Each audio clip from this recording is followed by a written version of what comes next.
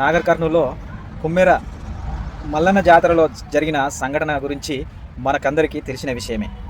అయితే అక్కడ జరిగిన సంఘటన గురించి ఈ వారం రోజులుగా ఏ సోషల్ మీడియా ఓపెన్ చేసినా, ఏ వాట్సాప్ ఓపెన్ చేసినా ఆ సంఘటన గురించిన సమాచారమే మనకు కనిపిస్తూ ఉంది. ఇంతగా వైరల్ అయిన ఆ సంఘటన గురించి అక్కడ ఉన్న ఆ ఊరి జనాలను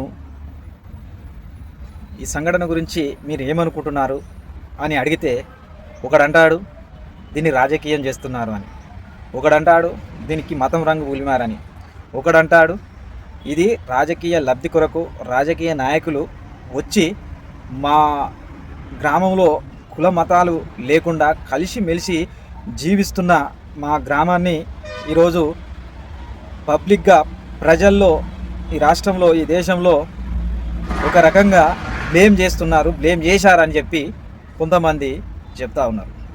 మరి నిజానికి అక్కడ జరిగిన సంఘటన గురించి వాళ్ళందరికీ తెలుసు. ఏం జరిగిందో, ఏం జరగబోతుందో, ఏం జరుగుతుందో కూడా తెలుసు.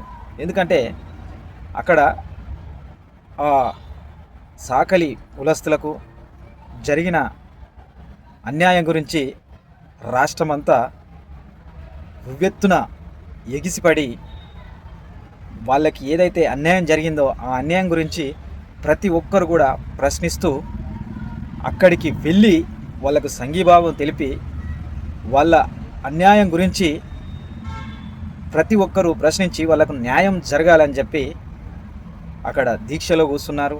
అక్కడ పోలీస్ స్టేషన్ల చుట్టూ తిరుగుతూనే ఉన్నారు. కానీ ఇవన్నీ పక్కన పెట్టి ఆ ఊరి గ్రామస్తులు మా ఊరు పేరు జడగొడుతున్నారు, మేము కుల మతాలకు అతీతంగా మేము జీవిస్తున్నాము, అసలు కులమే లేదు అనే విధంగా మాట్లాడుతూ ఉన్నారు. కులం లేదా? ఎక్కడ లేదు కులం. కులం లేకుండా ఎవరున్నారు? కులాన్ని, కుల మతాలని, అంటరానితనాన్ని నేటికి కూడా పాటిస్తలేరా? మా ఊరు బదనాం అవుతుంది అని మాట్లాడుతూ ఉన్నారు.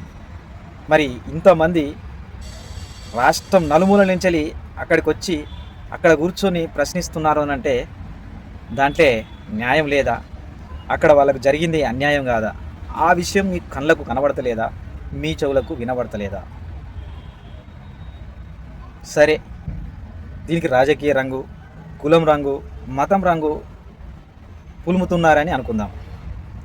మరి ఈ రాజకీయ నాయకులు కానీ, ఈ కుల సంఘాలు కానీ, ఈ మత సంఘాలు కానీ అక్కడికి ఎందుకు వచ్చిర్రు?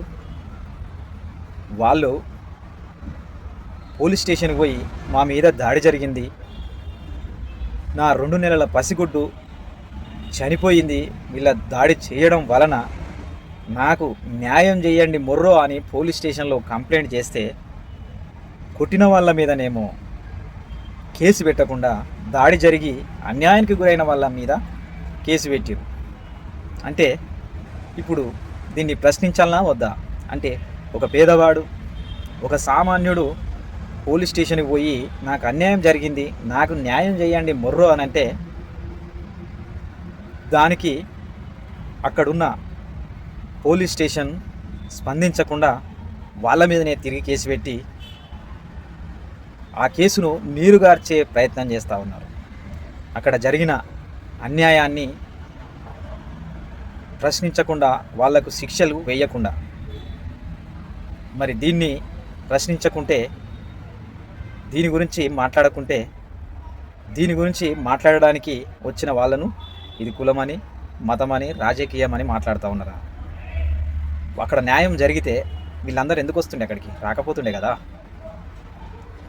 కదా.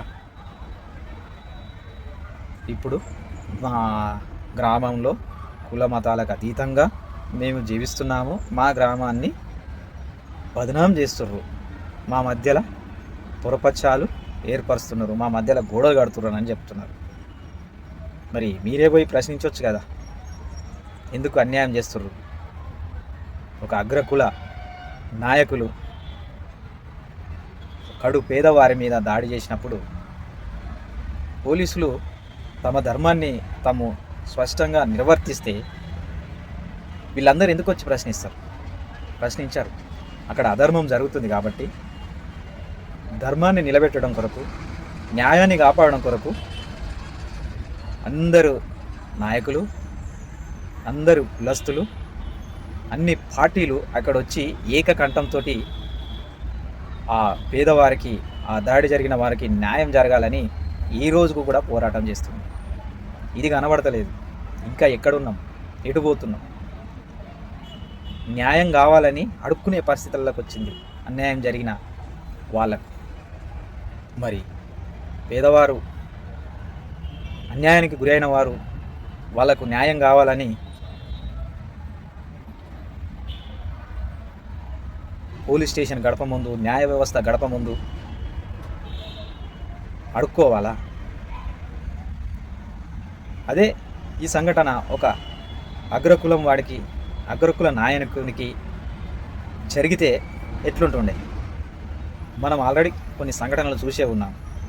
ఇట్లాంటి సంఘటనలే వెంబటే రియాక్షన్ ఉంటుంది, వెంబటే కేసులు కడతారు, వెంబటే తీసుకుపోయి పోలీస్ స్టేషన్లు వేస్తారు, వెంబటే కోర్టు ముందు హాజరుపరుస్తారు. వాళ్ళకు శిక్ష పడేలాగున అత్యుత్సాహం ప్రదర్శించి వాళ్ళను తీసుకుపోయి జైల్లో పడేస్తారు.